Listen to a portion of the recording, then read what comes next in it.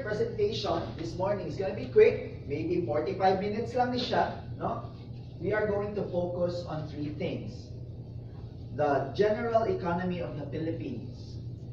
We will also focus on the Cebu office market, and we will end on the Cebu residential market. So what's in these three that could help you in wholesaling, no? So let's start. Let's start first with the total economy of the Philippines, no? The macroeconomic view, meaning to say, is the Philippines, if you have an investor going to ask you, no? Is the Philippines a good country to invest in? Yes, yun na. No. No. Ayaw mong palit na rin. Yes, yun. But the second question on that is why? Why do you think the Philippines is a good country to invest in? Oh. Hindi na masuti-suti. Yes, hindi nakatuhan ko. Why? Oh, di ba already na ta? Why? Ano man? It's booming. It's booming. Yes. What else? Now we are the number one here in the whole country. Okay, ingon sila, we are the number one go-to destination for investors in the world, di ba? Ano? Paman. Pero nga ba? Nga magyud? Nga kaha? We're number one, we're booming. You know why? We will know why. Ha? We will know why. Kani, mental note or take note, ha? Para kabawag tayo explain nga nung booming ang Philippines, no? Okay. Let's talk about the key indicator when we say a country is booming, and yet ang booming is GDP. What is GDP? Gross Domestic Product. Unsay pasabot sa gross domestic product? Products In the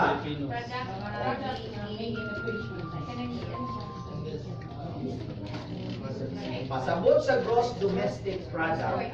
Gross, dito si tanan. Domestic, nganhi, locally in the Philippines, gibuhat, i-manufacture, gi-render a service, no? And products. Sabot products, it's not only products itself na tangible, like a pen, a car, no? It could also mean services, no? So hotel service, no? That's also hotel service of Shangri-La. That's part of the gross domestic product, no?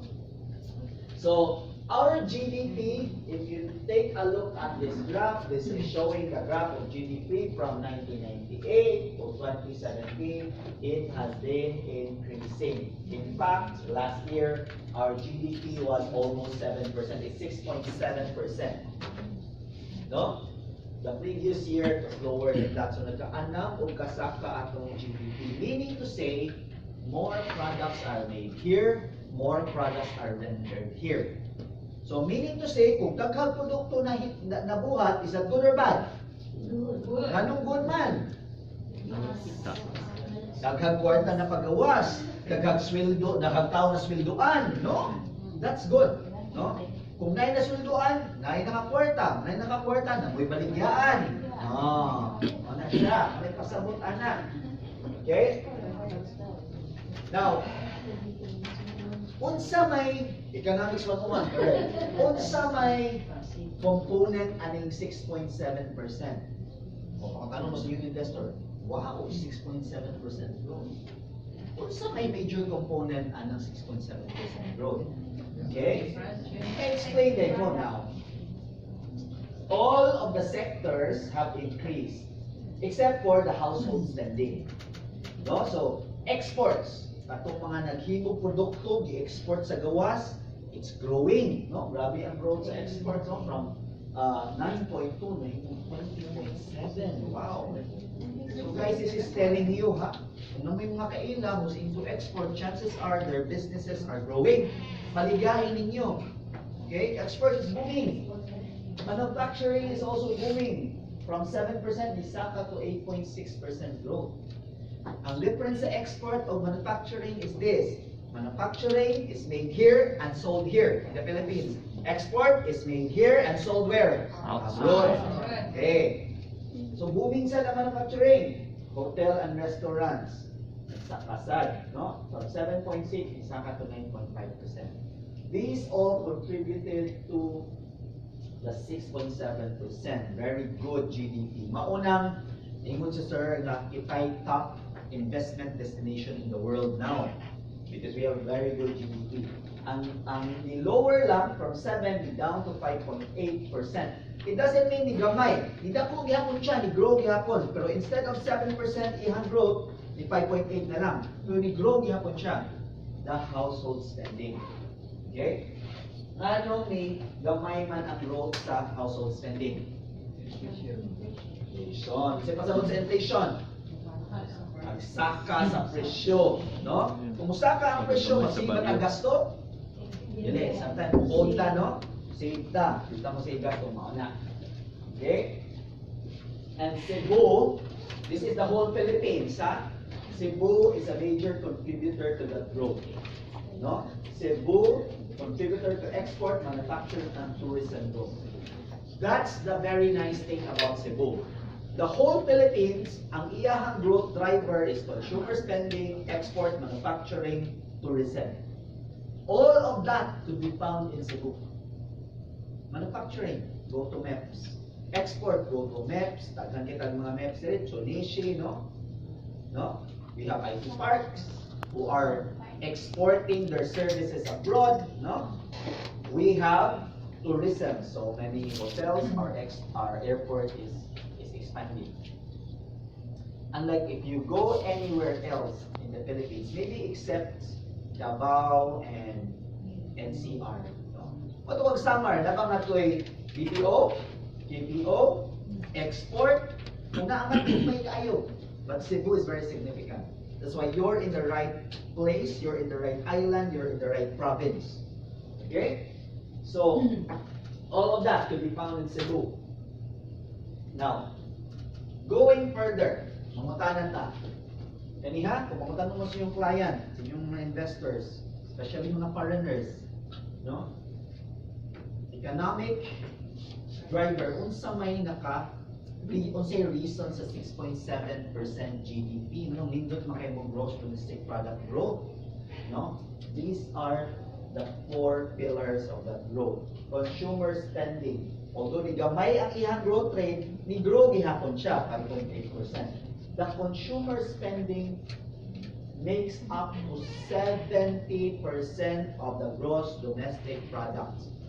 Kadi inyong ipamalit og t-shirt, ipamalit og sapatos, ipamalit og chinelas, og car loans, og mga properties, that's within consumer spending. 70% of that. You know how big of an economy the Philippines is? Ilan ang big? If you translate that into peso value, yearly, pila man ato ang economy. Atong, meaning to say, pila ang atong ma-produce every year. Correct. Pero how much? Pila ka trillion? More. Between 15 to 20 trillion a year. That's how big of an economy the Philippines is. Now, other countries are bigger, yes. But we have been, the nice thing about the Philippines is the sige grow. Nagsaka. That's what investors are looking at, no? And talking about that economy, 70%, what is 70% of 20 trillion? Mga 14 trillion is due to consumer spending. Inyong mga pamalit ng kwarta gikan sa inyong pockets, no? Of the Filipinos, no? 10% is from remittance. Sa so, remittance, OFWs magipadala, no?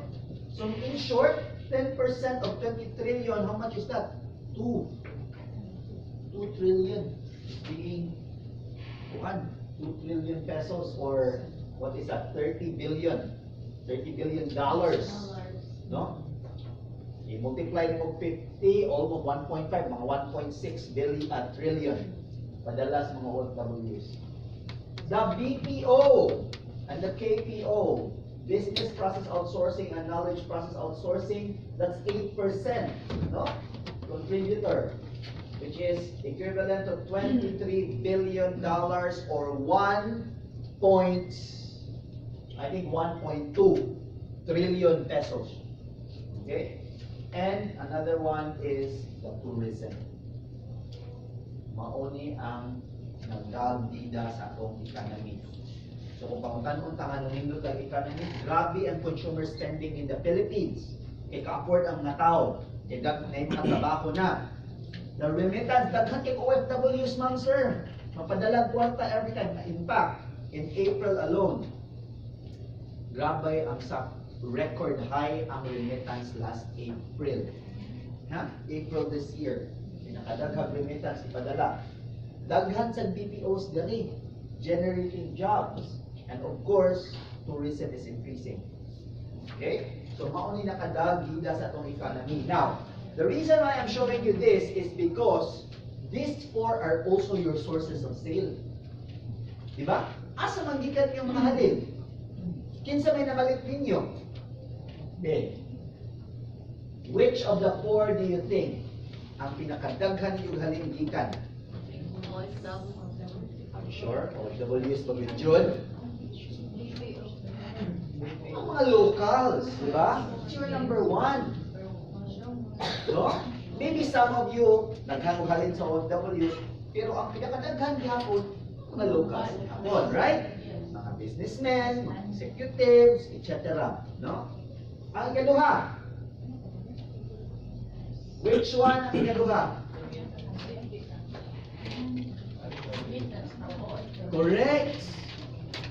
Ang sunod natong mga mamalit natong daghan kayo mga OFWs. Facebook dayon ta, no? Si gabi na kay standan, no? Just to make a sale, no? But wala na akong number 2 sa OFWs because what I'm showing here, my number 2 is the thing that you need to watch out for. Mauna ni yan na ning hapit overtake si OFW. What do you think? Correct. Kaning tourism, the numbering here, the ranking is on the potential. No? Maybe now, number 2, gihapon na si OFWs. Pero karon moving forward, if you see the trend, ang tourists is a very good market. Punta. Daghan na kayo na mamalit karon na tourist. Kaya naman tinimension nyo ni affordable atong property, check. No? When they go to their own country, hindi sila ka-afford. Igabol na sa Philippines, chicken feed ra. No? So watch out for that. No? And the growth rate here is higher than all of these. Mo siya pinakataas ang growth rate. In short, in the next few years, ma-overtake yun siya. More of our economy will come from this as well. Okay? Number 3 now, in terms of potential, is still the OFWs. Naagya ko na sila. Pero mas musaka po mayo ang tourism. And then, of course, the BPO. The BPO will place at number 4 because not all in the BPO are your target market, right? Tanang bagong call center agent, mapalit o property? Ele. Diba? So, only a few of them. So, take note. And yung mga target, mga locals gihapon, businessmen, entrepreneurs, etc. Executives, living, staying, working here. The next thing to watch out for is your number 2 because it's gonna grow big. Okay? Why am I so convinced that this is going to even grow bigger than what it is today? Case in point, our airport. Why do you think has it decided to expand? Di ba nag-expand? Yes. Di ba pagkauna, usara ka terminal, Terminal 1, domestic and international, in one building. Now they're creating another rows of building that's they call Terminal 2. Why? To accommodate more. Okay, correct. But they will not just make it just because they think people will come here. They've seen that we have an increase of influx of tourists. Ang capacity sa atong old airport is just 4.5 million a year. 4.5 million tourists a year. With that new terminal, it will almost triple. It's now 12 million tourists a year. And the reason that's a multi-billion dollar project, a multi-billion peso project, the reason why they invested money on that is because they've seen the trend. Kasaka ang number of tourists in Cebu. If you've been to the airport, konting buota, di ba? Kaganting linya, taas yung linya. Okay? So it's gonna grow. And to support that further, not only will the airport is an example na mo-grow yun ang tourism, there are certain projects in Cebu now that will really convince you na grabe yan yung mga tourists sa Cebu. These are going to be resources in Cebu. Do you know any projects in Cebu that would support tourism? Oil drilling. Oil drilling is FDI, foreign direct investment. They place their investments here. It's gonna good for the locals, for their employment, etc. Let's talk about tourists. Dili ka na mga investor yun, ka na mga turista nga manganhin. Ocean Park? Ocean Park could be one. But I'm gonna show you each big projects, no? You know where this is? Millennium Fantasia Hotel and Resort Inc. Former This is just right across by hotel, the old CICC. It's gonna be a hotel and resort and casino. Okay? They already have the franchise, it's already on the papers. Nasa newspaper. Yes. It's gonna be done. Atbang sa park mall, atbang sa bahay. It will draw in more tourists. Casino players, etc. It will draw in there. Is it going to be good for Mandani Bay? Yes. Pura kayo. Yung nanay niya ani, basig na ito lang mo magtambay-tambay. Kaya dadrong din nyo din mga tourists. No? It's not going to be competing with us because they're not going to be selling residential. It's resort, casino, and hotel. Okay? And retail sa ubos. Okay? So it will draw. Naa na sila'y franchise. Ano na sila'y franchise? Nakataga na sila'y franchise to operate a casino. And I think the franchise will end, according to the grapevines, the franchise will end in 2020. So in short, dapat mo-operate na sila by 2020. In the next 2 years, they need to start operating. Because if they don't operate, malapse ang franchise.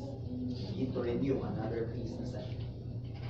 Okay, another project that will draw more tourists in Cebu. You know where that is? That's a 12-hectare development in Mactan. Emerald Resort and Casino. Oh. Grabe lagi ang mga big Chinese gamblers will be coming here. No? This is in Mactan. I think somewhere in Punta Ingan. Naka-ongoing na ni ha? Unlike itong usa na magpapitate pa na sila sa mga squatters there. Kani, nag-groundbreaking na sila. Ongoing construction. Okay? So that is very, again, that's still hotel, resort, casino. It will not compete against Mandani Bay. Hindi na sila mga condo ilan. But it will draw the tourist in. Most importantly, it will draw the money tourist in. Nato may mga kwarta yun. Yan sa casino. Okay? So, atang-atang taani ha? Okay, so lesson learned, watch out for the tourists. It has already been happening. Kinsa man ninyo nakahalinag mga Chinese direct? Raise your hand. Nana? Nana nakahalinag Chinese?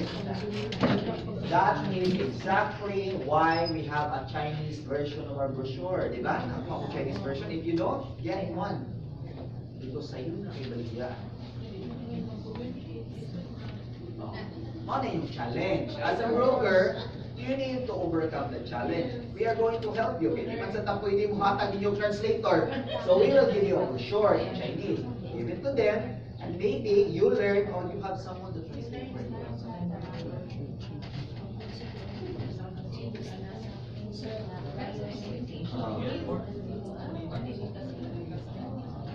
Okay? I tell you, we have some investors here and they buy in bulk. They buy my floors. Kahalin mo, retire na mo din sa floor. And they do. And we have that already. A lot of us here. Especially Mandanide. Na naman? Because the developer of Mandanide is Hong Kong. Ang Chinese makikita Hong Kong land, no questions asked. They know Hong Kong land. If you take a look at our video in our ADR, the thing daghanang projects sa Hong Kong land sa China, Chengdu, Chongqing, Macau, Hong Kong, Beijing, Shanghai, all over mainland China, Hong Kong land is there. It's a very reputable company and kilado na yun siya. So di na kailangan mag-grabbing hard sell, no? You just tell them this is a development, you know. Okay? And they will be very, very surprised because the prices of Hong Kong land projects in China are 6 to 7 times more expensive than our project here. Mauna, di na mamilok ang mga Chinese, ikanaw sa sample computation. Okay, 1 floor. Diba? So watch out for that. Okay? Oh. So, I'm telling you the opportunity, it's now for you to paakanin ninyo. No? That is where the opportunity is. Grab that. Okay. So, that is tourism, no? Let's talk about OFW. Again, ang atong baligyan magmaayon mga locals. Then, we also take a look at the foreigners, no? Especially Chinese, no? But ayaw ka rin po ninyong OFWs. Kay bisag, ang OFWs nag-grabe bihapong increase sa iyahang mga remittances. So in short, tagan kay kwarta ipadala diri ang OFWs. That money, get a share of that money still. You could still get a share of that money. But in 2017 alone, as I've said, more than 30 billion US dollars have been remitted to the Philippines. Okay?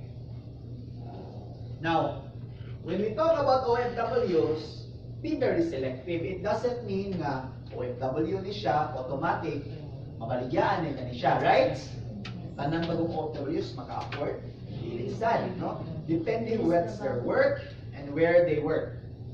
Most of the people living in the States, Canada, Europe, those are very good target market for especially Mandanide, no? Kaya akong monthly karon sa atong studio pila naman? 20, right? 20,000. 22, 23,000. So, kaning mga nasa Dubai, dili na tanan maka-afford ani. Right?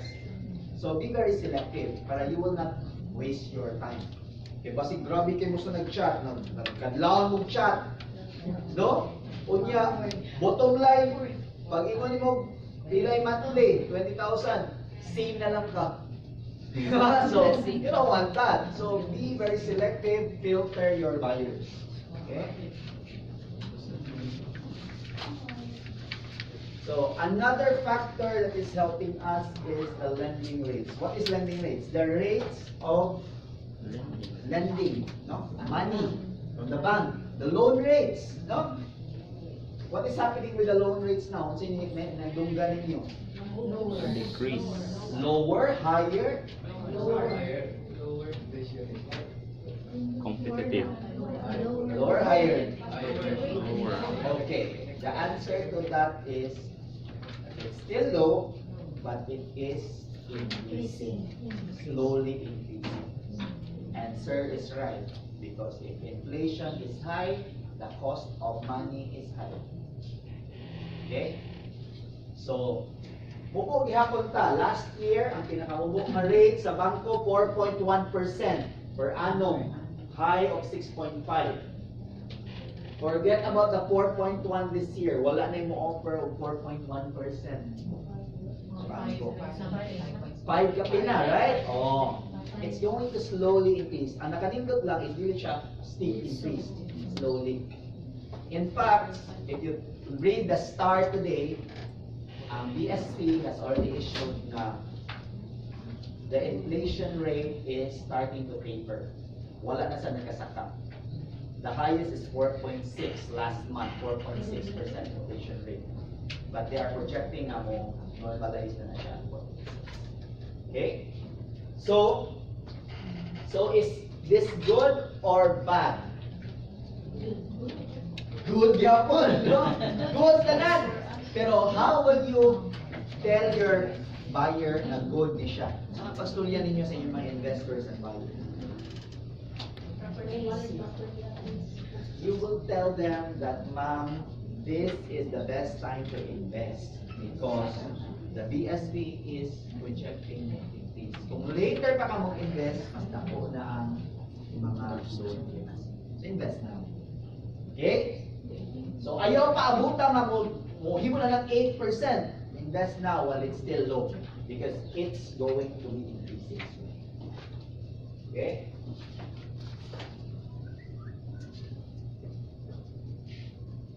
Okay, now, is inflation good or bad? Inflation is projected to be around 3 to 4% this year. It's higher versus last year. Ang last year, 2 to 3% lang. Karon ni Saka, 3 to 4%. About sa inflation again, the prices go high. Is that good or bad for you practicing in real estate? Good or bad? Good. Manong good man. Dollar is high. Yes, your OFWs could afford more. But why is an increasing inflation could work for you? Saan mo na ito pag-convince at mga investor? Hedge for investments. Okay? Okay. Listen. Ang mga presyo na nasaka. An investor's aim or goal in mind is what? To counter inflation. Right? Nakay 100 pesos. Karon. Kung 4% imong inflation after 1 year, pilay values imong 100? 96. 96 na lang. Igamay. So dapat imong 100 ibutang nimo investment Higher than na higher than 4%. Para after 1 year, 100 gihapon siya or even more than 100. Right? Now I'm going to ask you, if our inflation rate is 4%, would you place your money in the bank now? No. Ano magdili? less Bila may than savings kuan? 2%. Interest. 2% Point per annum. something. Building ka. Building ka. Okay? Ibutang ni mo time deposit, yes or no? No. 2%, no? Gihapon, building gihapon ta. Asa man yung ibutang? Real estate. Real estate. Any real estate would do? No. Sa unsa na lang? No. Bulira? No. Depende. Depende if that real estate is projected to really grow. Nabi mga real estate, ibutang kag kwarta, palit kag 6,000 per square meter, karon 5,000 per square meter na ang presyo. Oh, building yapon. So dapat it needs to be a real estate or a project na really confident mo musaka ang presyo. Okay? I'm gonna tell you how in Mandani Bay we have fared in terms of pasakaay of presyo. We have launched Mandani Bay Suites in 2016, January 2016, and it's been more than 2 years now. Pila na may value appreciation sa Mandani Bay. Okay. That is ball, no? MBS, Mandani Bay Suites price from launch to current. So nakapalit ang inyong buyer of Bay Studio, ang price pa daw na 3 million. Karon is already 4.15.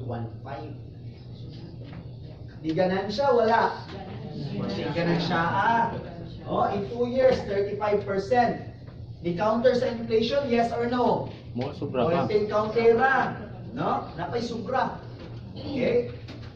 So, these are depending sa units hindi pamalit.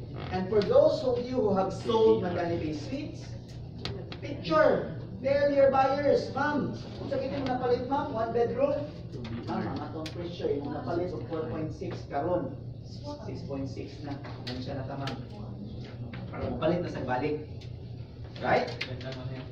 So on the average, ang Mandani Bay Suites have grown 30% value appreciation for just 3 years. So an average of 15% a year. Okay ra ba ang 15% a year?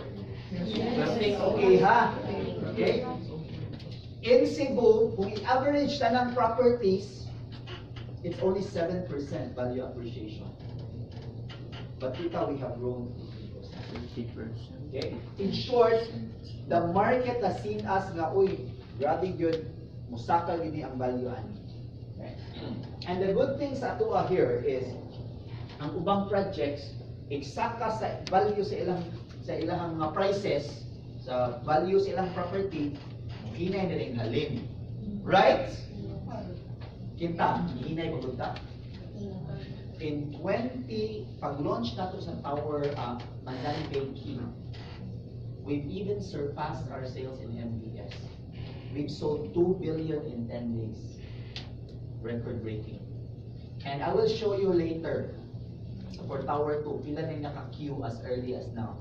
We've only started opening the queue late last month, no? And pila na ni queue na o pagita nag-launch na natay queue with checks. Okay? So that's a good sign of a property to invest in.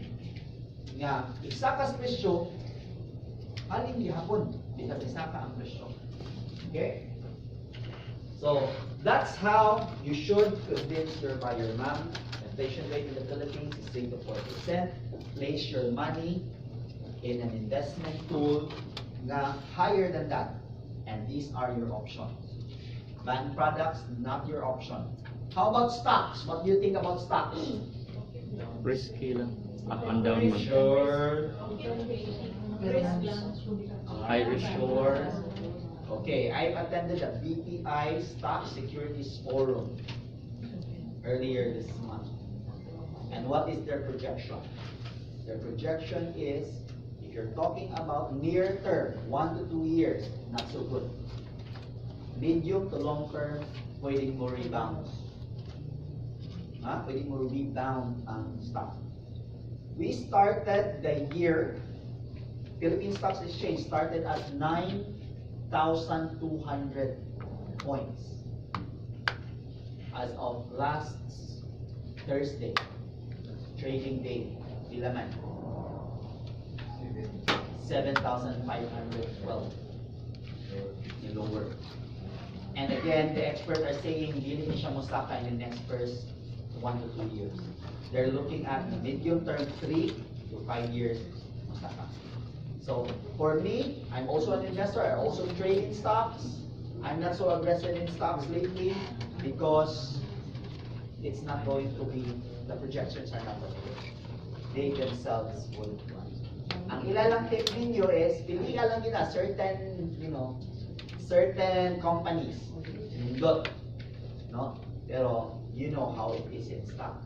Huwag yung makatagtan. Patangtanan, dato na tangtanan. Right? Stocks mura yun ang sugal, no? How about the commodity traders, sir? Commodity trading, what do you think? What is your take to that? Crude oil. Again, karon, the crude oil has been one of the reasons of our increase in inflation. So, if you ask katong commodity traders sa katong BPI, they are not suggesting that you place your money in oil even. Ang ilang i-suggest lately are just a few companies. Companies na bisag musaka ang inflation, dili kay ma-affected. Okay? They are mentioning examples, DNL, no? Ang DNL is a supplier of mga Jollibee. So bisag mo down ang business ni Jollibee, si Jollibee will still buy from them. So they will not be affected. Okay? So not so keen as well because the commodities now are very volatile. Ana-ana ang presyo. And if there's volatility, it's always bad for the investors. Okay? So, again, at this point, even myself, I place my money in real estate now. If you're an investor, of course, the lesson is spread your investment in many baskets, no? Dili yun na, pero karon mas daghan in real estate because it's giving more return. Okay? So, now, the thing about our growth in the Philippines, diba 6.7 GDP growth, ang usak sa nakapasaka ana is really the infrastructure led, the infrastructure spending of the government. Okay? Have you heard of this Build program? Yes. What is that about? Sama na.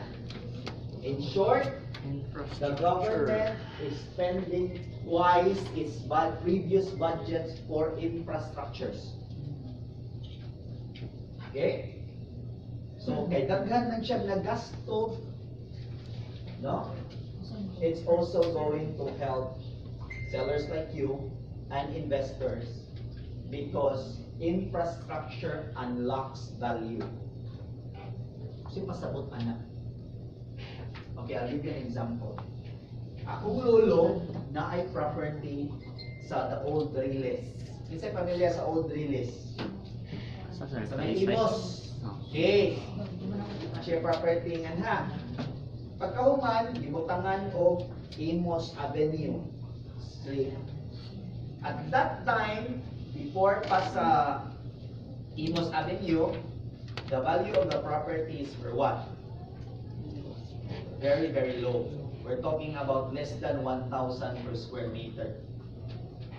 Some people were even selling theirs at 500 pesos per square meter.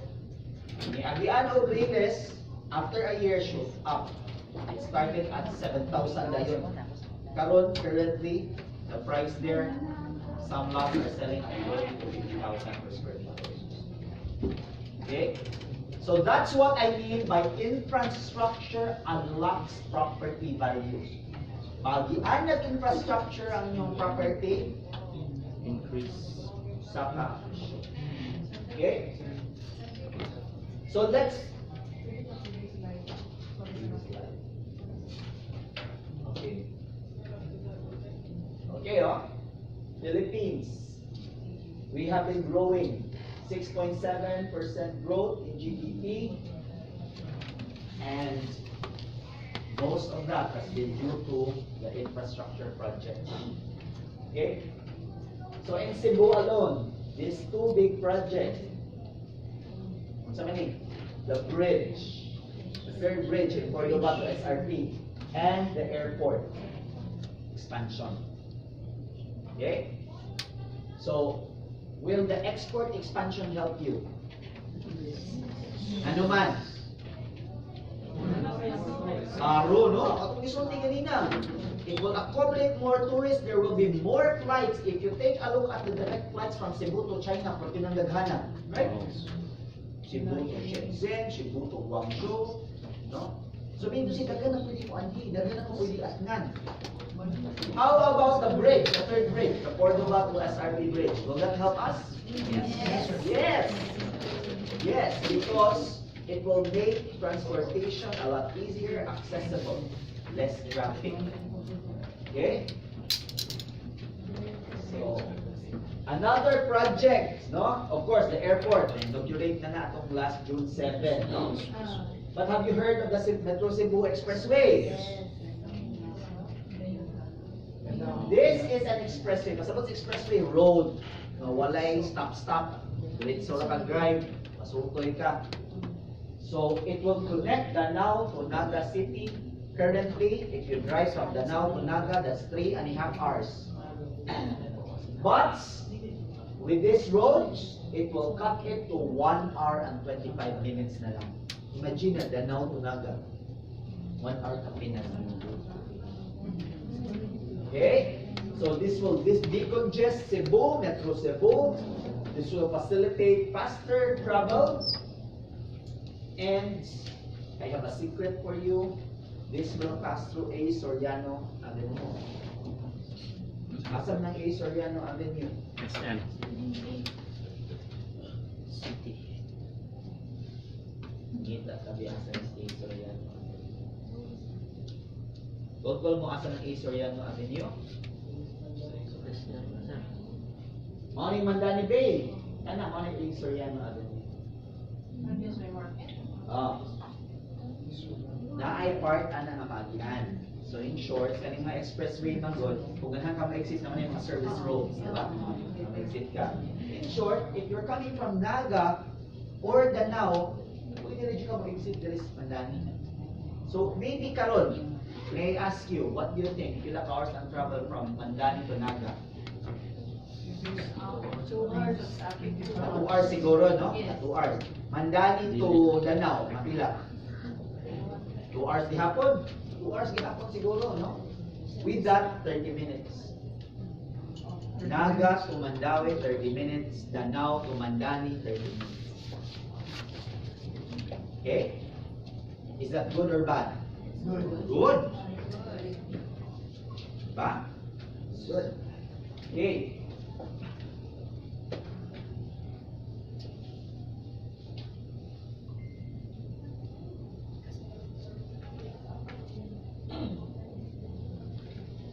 Okay, so that's Metro Cebu Expressway budgeted na. It will be completed on December 30, 2022. If you check the government website, it's already ongoing. Namalit na sila right of ways, ana. This year is the buying of right of ways. Next year is the start of construction. In 2022, done. This is an 18 billion project. Okay, of the government. It will be roads plus flyovers. Mix na siya, roads and flyovers.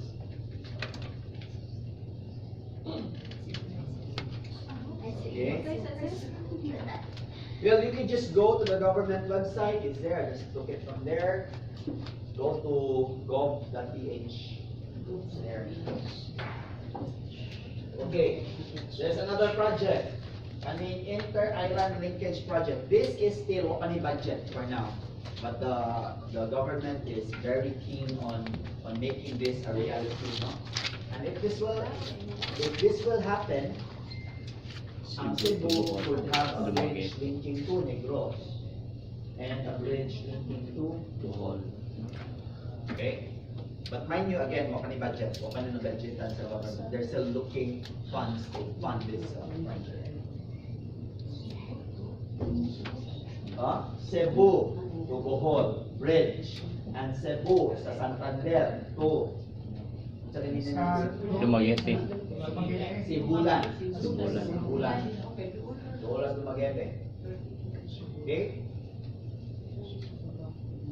So, with all these projects, we have the airport, we have the bridge, napatay BRT niya, no? Although, kuwan pa, naka-pending pa ron, political things, no? This now makes Cebu a residential hotspot. I don't know if you've noticed, but sa Cebu, people living in Cebu are no longer predominantly Cebuanos yun. No? Daghan na kayo dito from Manila, from Mindanao, nangani ng Cebu. So kung mangani silang Cebu, what do they need? Sir. They need a place to live. No? So as I've said, consumer spending, your local target market are still your number one. Kaya na sila. Cebu has a population of 4.6 million. In terms of employees sa BPO, 130,000 na. We have graduates of 25,000 a year. Okay? So that's what makes Cebu very, very attractive for investors, foreign direct investors, because Kakanta graduates, Castoria Old English. Very, very fluent. Okay? So, in short, the economy is good. Although there's inflation, turn it around. Use the inflation to convince your buyers to choose real estate, choose Mandani Bay. So again, dili tanang real estate would counter the inflation. Pick those projects which has good potential to grow in terms of value. Okay? Pila ganito yung value appreciation sa Mandani? 30% in 2 years. 2 years. So, Yeah. that's 15% a year. Okay? Susultiin yung investors na ma'am, ganahan ka, di ka mapilding inflation, choose Mandani Bay.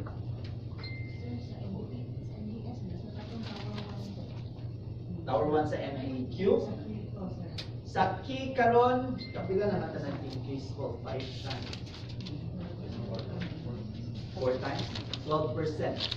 12% in 9 months. 12% in 9 months. Not bad. Okay. Unya, by the way guys, mag-launch man tag Tower 2. You tell your investors Tower 2 is projected to increase 6 to 7 times. Tingnan sila. So dapat mo kuha sila sa iyo. Eh kung kuha sila sa iyo, makahig ang ilahang value sa price increase. Diba? So that's it. Now let's talk about the office sector. Why are we talking about the office sector? Because Mandani Bay will not only going to be selling residential condos, we will also have office here, which you could also sell. In fact, kanang Mandani Bay Key, 4 towers man na, right? 4 towers man na. Tower 1, Tower 2. Tower 1, almost sold out na. Tower 2, July, atong i-launch. Tower 3, Condotel. Tower 4 is office tower. We might be launching this. Tower 4. Maybe November or latest February next year. Yes. Residential, condotel, office. Ha? Residential Tower 1, Residential Tower 2, Tower 3 is condotel, Tower 4 is office. Office, we might be launching between November to February next year. Yan naman, hindi mo na kukumpit sa ito ang condo, to residential fund. It's a totally different view. Okay? So what are the opportunities in the office? Have you heard of this? Offshore gaming? If you haven't, mag-catch up ka. Kaya mauni pinakadakong opportunity. Okay? What is offshore gaming? Have you heard of POGO? Philippine Online Gaming Operations. Basa mong news everyday, naagyo na sa business everyday ang POGO. So what is that? In 2016, ang PAGCOR, di ba ang PAGCOR are operating casinos, no? By the government. In 2016, before 2016, pagkauna government run yung mga PAGCOR, no? So nag-open na sila, so nanay Soler, Okada, no? Sa Manila. But in 2016, because they want to hit a bigger revenue to help the government, they have opened the POGO, Philippine Online Gaming Operations.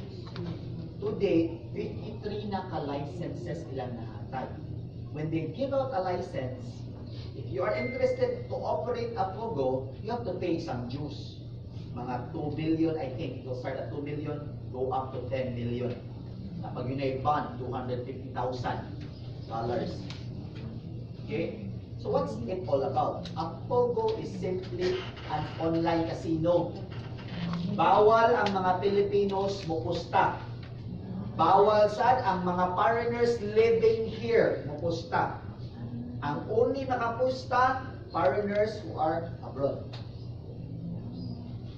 Okay? So what is the setup? They rent a very big offices. They put their hardware and software and their network, no? And then they run that online casino. So if I'm an Australian, for example, I could bet just using my computer in Melbourne, in Sydney. I don't have to do it. Okay? So the opportunity is daghan kaayo nang nag-operate. In fact, 53 na ka-licenses na hatag. If you've been reading the papers, grabe o renta ngadto sa Manila. Magunang ginang Manila, no? Sa POGO karon. 30% of their office rental are because of these POGOs. In Cebu last year, sa tanang office sa Cebu, 25% are rented by the POGO last year. And it's projected to increase. Okay? So where is the opportunity there? Number one, kung naman kailang POGO, magpa-release out ng office. Pero kung wala kailang POGO, the next opportunity is sell the employees of the POGO residential condos. Because the employees of the POGO kasagaran ani mga foreigners, and they would need a place to live. In fact, Ayala and SM in Manila, 30 to 40% of their sales of residential condo are coming from these condos. Mga employees of POGO. Highly paid man sila. Okay? So, ang inyong challenge karon, pakita asa ni mga POGO. Asa kung 25% nga nag-rent for sure na nag-card. No? Pakitaan na sila.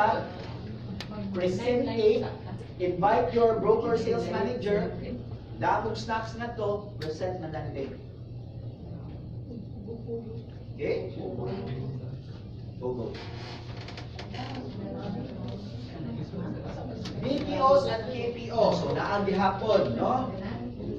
Ang nakanindog diri sa Cebu, stable atong BPOs and KPOs, naapagibag pong mga market sa POGO. Okay?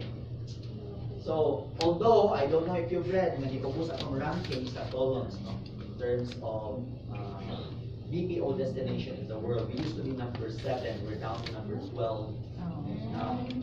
But it doesn't mean nga nigamay ang BPOs na ito. Naapsan na tas ubang cities.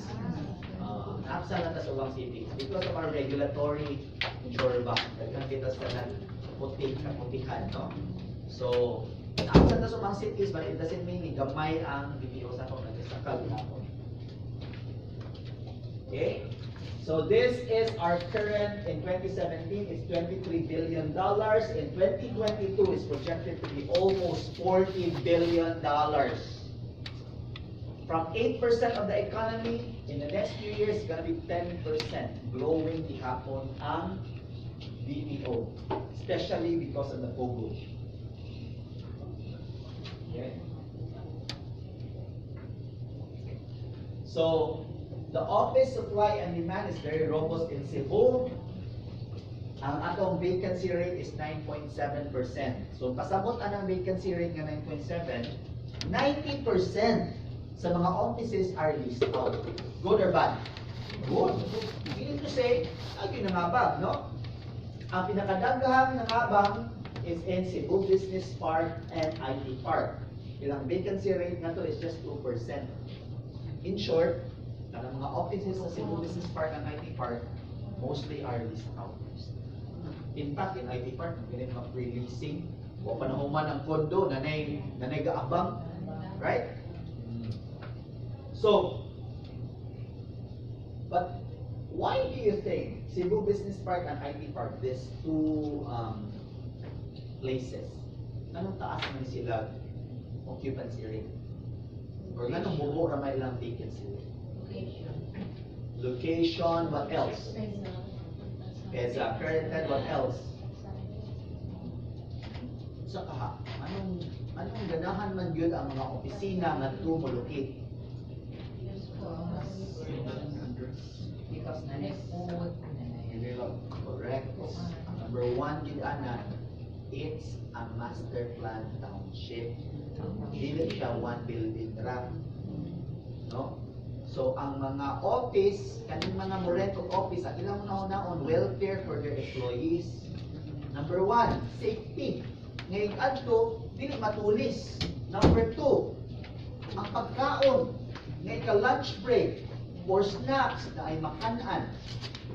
Number 3, transportation. Makauli lang sa ilaha. Okay? So, that's why taas ang occupancy or mubo ang vacancy rate sa IT Park o Cebu Business Park because master plan community. Okay? In Mactan currently, in Mandawi and Mactan, mas taas ang vacancy rate. Gamay ra sa mga opisina sa Mactan o Mandawi. Matulog ka sa mga opisina, kaya wala na bangan. Why? Traffic. Ang mga offices sa Mactan o sa Mandawi, kasagaran standalone. No? Kasagaran standalone. Walay ganahan mo locate ng mga big locators sa okay? So, that's the...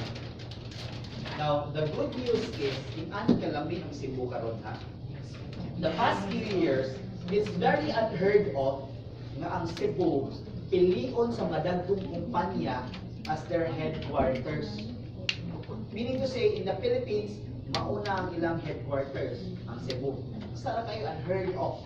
Normally, ang headquarters in the Philippines is in Makati or BGC, right? But the last few years, what's up? Amazon. Naasa-asa man eh.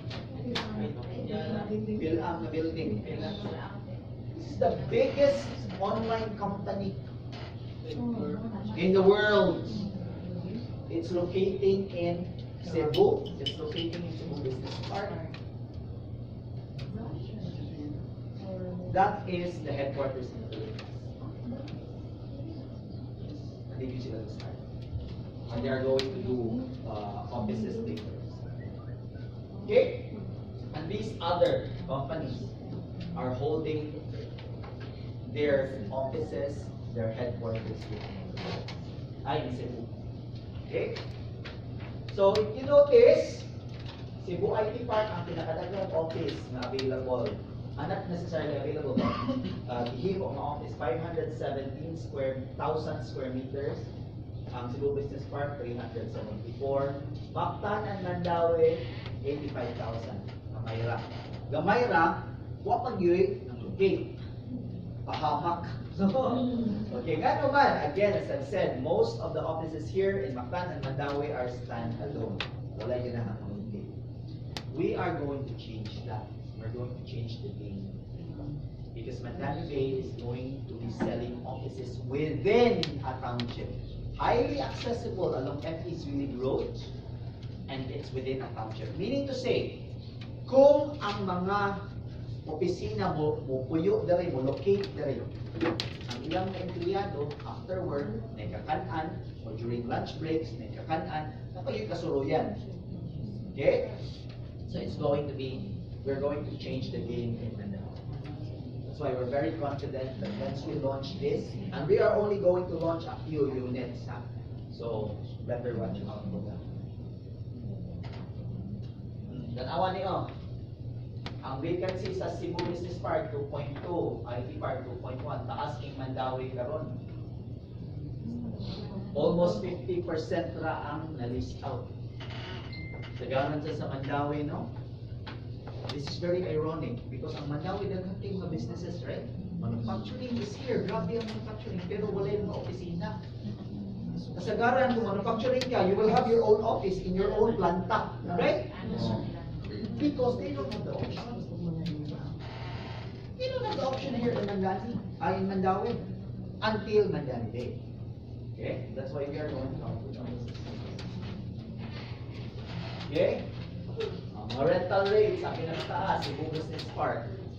Ang PhilAm karon is renting at 990 per square meter per. Okay? Ang Mandawi, around 400 to 600, Mactan, 475. So, let me leave it here. Ang office, although kata na maligya, I tell you there is potential, there is opportunity. Pogo is coming to Cebu. It has already come. It has already arrived last year. It will continue to grow. Okay? And the BPO and KPO is very stable. It's still growing. No? But the key word is For it to be successful, it needs to be within a master plan township. Nagay mag-launch diha na opisina sa Nalong. I only have one word. Good luck. Okay? So that's it, no? Nya kato ang challenge ninyo ha, pogos. Look for those pogos, ang mga employees ana, o tindaghana, partners, they are the buyers of condos. Pakitaan ninyo, ato kong BPI. Isa may mga pogo dali. Kay based on Collier's report, 25% of the office leased in 2017 in Cebu are pogo operators. Signara na sa IT Park or Cebu Business Park. Pag-corporate presentation din mo. Okay, this is my last topic. Of course, we are going to go into the Cebu residential sector. So, these are the key takeaways. We will get back to these takeaways later on. But let us examine. In Vismin, Visayas and Mindanao, residential vertical market, we're only talking about condos in Visayas and Mindanao. In 2016, 10,817 were sold, units. In 2017, Saka, 10,992. Okay? Good or bad? Good. Meaning to say, daghan gyapon mamalit og condo, nag-increase gihapon, no? Let's take a look at Cebu. That is Vismin earlier. Kani ang Cebu karon, in 2016, 6,525 ang nabaligya na units. Last year, 5,965. Good or bad? Ano ni gamay man? Ano ka ha? Eh? Ano na to? Ano ni gamay man? Cebu, booming man ka ta. Indot man ka ta GDP. No?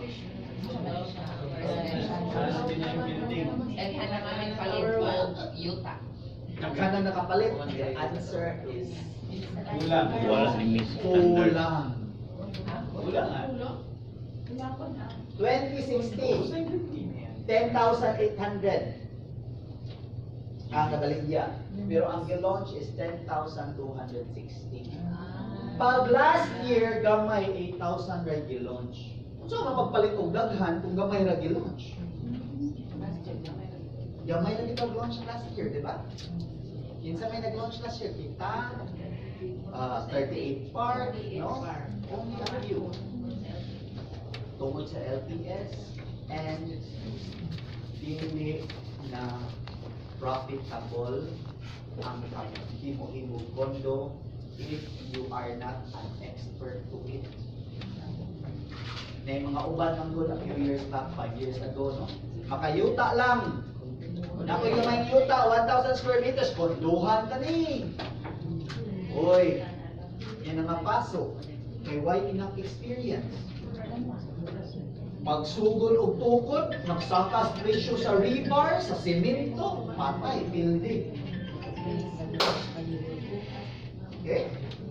So maong karon, lesser ang nag-launch, but the ones who were launching last year are the bigger developers. Ito yung mga kamao. Panagsta na lang nag-launch ni kaning mga ginagmay, di ba? Paso man. Which is also good because if for Cebu ba, di ba? Kung ang mga developers katulad yung mga maayo, at least we are assured, ang mga consumers are assured na indot ang ilahang produktong makuha. Diba? And another reason for the slow launch is of course, as what Rosa said, regulation. The stricto sa HLURB, no? Aside from HLURB, Mayor Osmeña. Osmeña and Cebu, to be specific, no? Sa HLURB, ang pinaka-major challenge naman sa mga developers is what? Socialized housing requirement. Okay, ang mga condo developers now are now required to have a socialized housing requirement. In short, kung magtukod ka condo, dapat nasa tayo socialized housing project. We have. Now, it doesn't have to be here in Cebu or Mandaue. It has to be in the Philippines. Okay? Pagkauna, hindi na requirement sa condo. Only requirement na sa house and lot. Mutukod ka house and lot, developer ka house and lot, lagi na socialized housing. Condo, that's not a requirement. It started to be a requirement this year. Because the government will always require because of the housing backlog, no? If you take a look at the total housing backlog, grabe pa kay backlog ang Philippines. No? Daghang mga projects, pero ang katong mga maka-afford og mga socialized housing, economic housing, gamay lang kaayo ang nagbaligayaan na. Ano man, wag na kita. Kung na may kita, gamay kaya sa nagkita.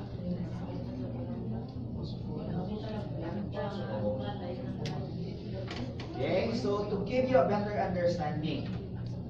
So karon, maunang you notice nga gamay ra nag-launch, itong mga nag-launch kasi naka-comply. Okay, even that in itself, you need some really hard cash for bonds. You have to pay bonds for the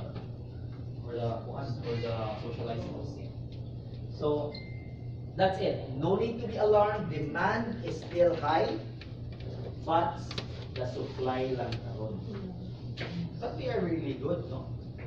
If you come to think about it, most industries mas taas yun ang supply kaysa demand. In the real estate in Cebu, mas dako ang demand kaysa supply. Okay? That's the message there. Now, let's take a look at the players in this min. Ang number one last year, Cebu Masters. Because they have projects all over. No? Cagayan, Bacolod, Davao. No? Kita, one project, one location, we came in a close number 2. It's only in Mandaue, our location, and we've sold 1,004 units. They sold 1,200. 1,300. Okay? So kung tantangon na mo Mesa Tierra nila, saan yung Mesa Tierra? Davao. Nakahalin sila ng 635. Kaya booming mas ang Davao sa Tierra. In Cebu, they've sold roughly around 800 units. Mas daghan niya punta. So in Cebu, we're number 1. Bigyan pa na itong Ayala. Wala ganun si Ayala din. Ano wala na si Ayala nga na? O kasi may ginawa siya project. Ika, kuna. Ora. Hindi pa yun. Latas kusog pa yun. Diba? So that's the reality there. Mega World, number 3. Then Grandland. Okay? In Biscuit, number 1, Cebu Masters, Kinaganship Project. But in Cebu, they were number 1. We sold 1,004 units last year.